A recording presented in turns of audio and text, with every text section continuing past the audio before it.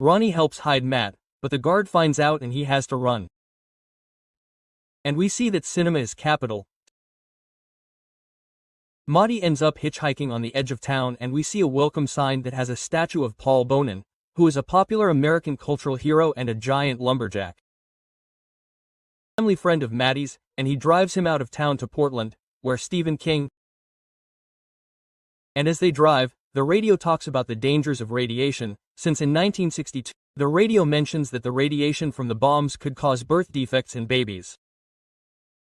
And this is what plants the fear in Maddie's head of the mutant baby that we will see later. The scene is very uncomfortable with the girl opening a topper with pieces of liver, the parents making sexual jokes and the boy spelling out increasingly sinister words like necrosis, kidnapping, maggots, corpse, strangulation. All this to scare Maudie more and more and season his flesh with the flavor of fear, which is how Pennywise likes to eat.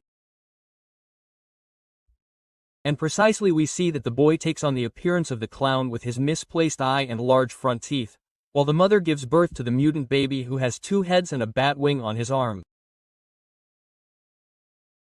Nati can't stand the terror and tries to isolate herself by covering her ears and putting the pacifier in her mouth, but the baby attacks her and her pacifier ends up in the river and the drain where several voices like those of children screaming can be heard. Let's dedicate a few moments to poor Maudie, whose life was very sad. He had no friends, as Teddy and Phil tell us later.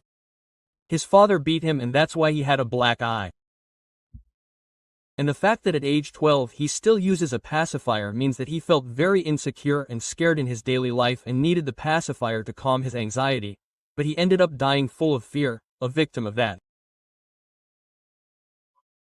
4 months later we go to Filey, Filey uses her as a hideout and to observe the planes from the nearby military base, and we see that